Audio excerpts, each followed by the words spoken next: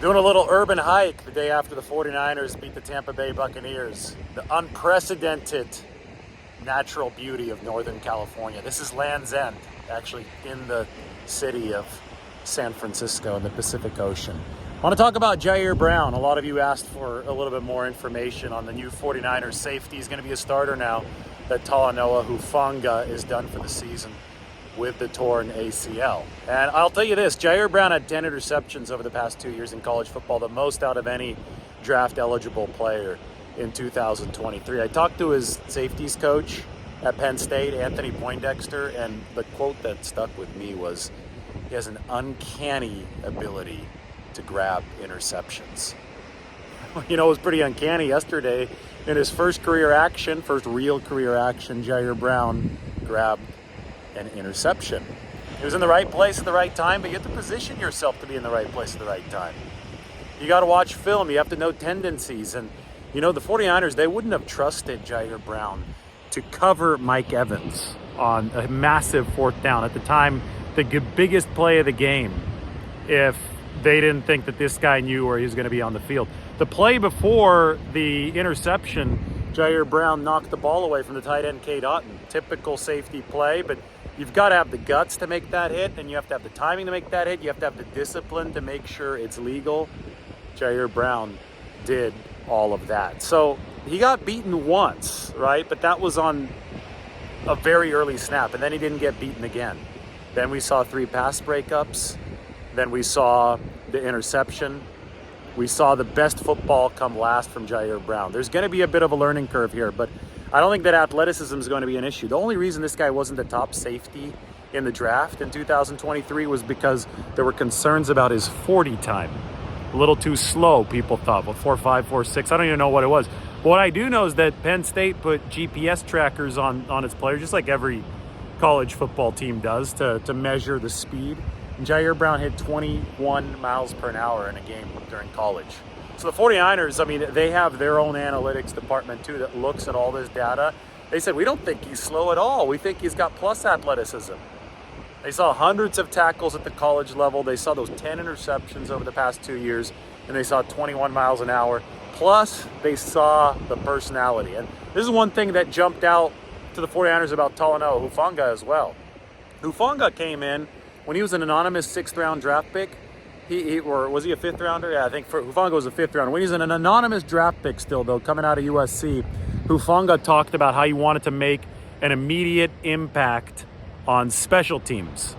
And that, I mean, it just showed his character. He was an unselfish guy, didn't want to thrust himself into a mix of a defensive conversation that he didn't belong in prematurely. And he wanted to earn his stripes. Well, Ji'Ayir Brown, same attitude. You talked to Brock Purdy about him, and that was like kind of the big parallel, right? Brock Purdy showed up, played against Tampa Bay, made a mistake early, dominated them as a rookie in 2022. Ji'Ayir Brown against Tampa Bay as a rookie in 2023, gets beaten in coverage, makes a mistake early on after he has to go into the game in place of Talanoa Huanga, and then dominates the rest of the way.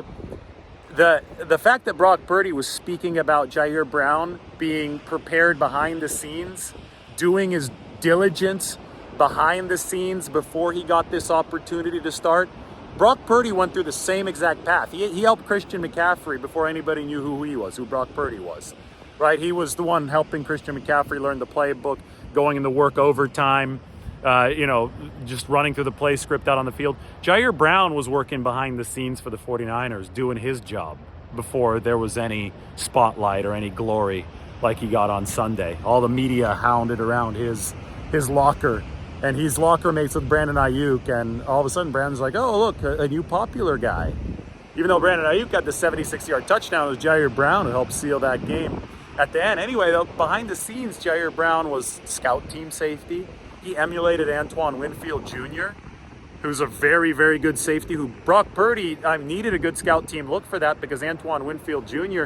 didn't play against the 49ers last year when the Buccaneers came to town. So a lot of Brock Purdy's historically good performance, the preparation for that started with Ji'Ayir Brown playing that scout team safety role. Ji'Ayir Brown then delivered a lot of special team stuff for the 49ers, kind of like Talanoa Huanga.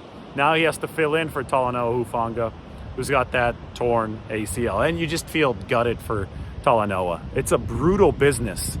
He was in line to have more interceptions than last season when he was an All-Pro. He had 3 this year already through 9 games, 4 all of last season.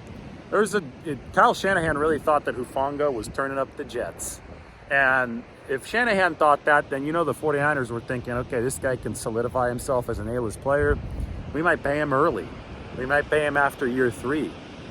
And instead of that, he's torn his ACL, and we're probably going to see some of this stuff go on hold contract-wise. So 1 more year under contract for Talanoa Hufanga, and it's going to be a prove-it year. I think it was a prove-it stretch run coming up for him, and now that's been pushed back to 2024.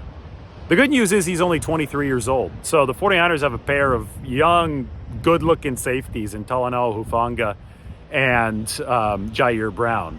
They also have an old safety, 33-year-old Tashawn Gibson, who's not playing his age. Tashawn Gibson he's got as many interceptions as his age, 33 career picks, 33 years old.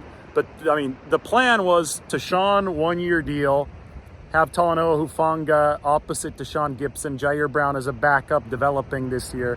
Now, Hufanga is out for the rest of the season, so you pair Ji'Ayir Brown with Gibson. Theoretically, next year, the 49ers return Talanoa Hufanga alongside Ji'Ayir Brown.